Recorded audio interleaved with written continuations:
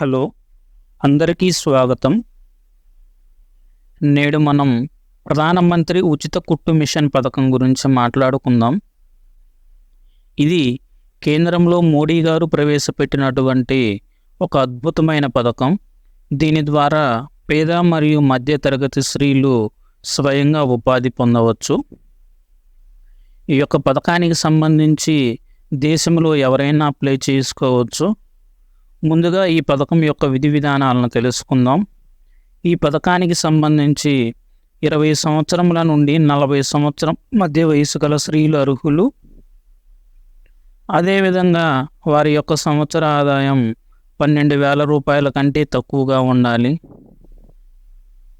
ఈ పథకానికి సంబంధించి ఎలా అప్లై చేయాలి, ఎక్కడ అప్లై చేయాలి, ఫామ్స్ ఎలా నింపాలి, ఫామ్స్ ఎక్కడ దొరుకుతాయి, ఆన్లైన్లో ఎలా అప్లై చేయాలి, ఈ పూర్తి చేసినటువంటి ఫామ్స్ ఎవరికి ఇవ్వాలి అనేటటువంటి పూర్తి వివరాలు అయితే నేను మీకు ఈ వీడియోలో తెలియచేస్తాను.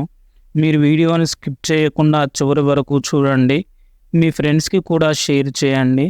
మీరు మొదటిసారిగా మా యొక్క ఛానల్ చూస్తున్నట్లయితే దయచేసి సబ్స్క్రైబ్ చేయండి. దాని ద్వారా మీరు కొత్త వీడియోలను నోటిఫికేషన్ రూపంలో పొందుతారు. లేట్ చేయకుండా వివరాల్లోకి వెళదాం.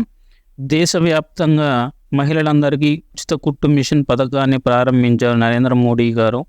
ప్రతి ఒక్క మహిళకు ఉపాధి కల్పించే ఉద్దేశంతో ఈ యొక్క పథకం అయితే ప్రారంభించారు.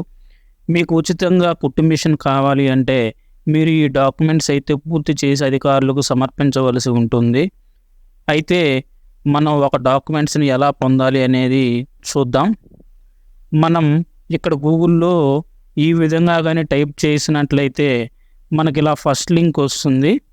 ఇది కానీ సెలెక్ట్ చేసుకున్నట్లయితే మనకు అప్లికేషన్ ఫామ్ అనేది ఈ విధంగా వస్తుంది. దీన్నైతే ప్రింటౌట్ తీసుకోవాలి.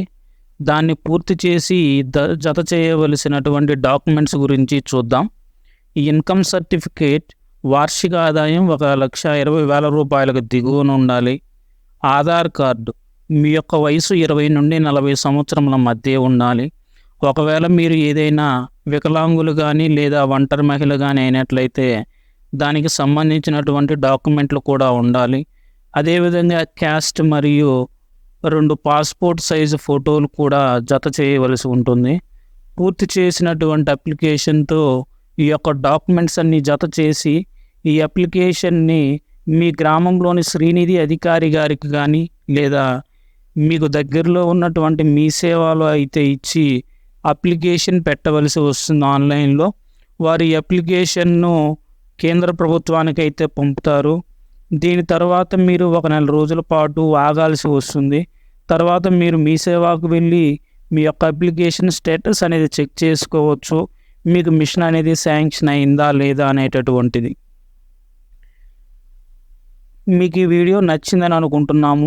దయచేసి లైక్ చేయండి, కామెంట్ చేయండి మరియు మీ ఫ్రెండ్స్తో షేర్ చేయండి. సబ్స్క్రైబ్ చేయటం మాత్రం మర్చిపోవద్దు.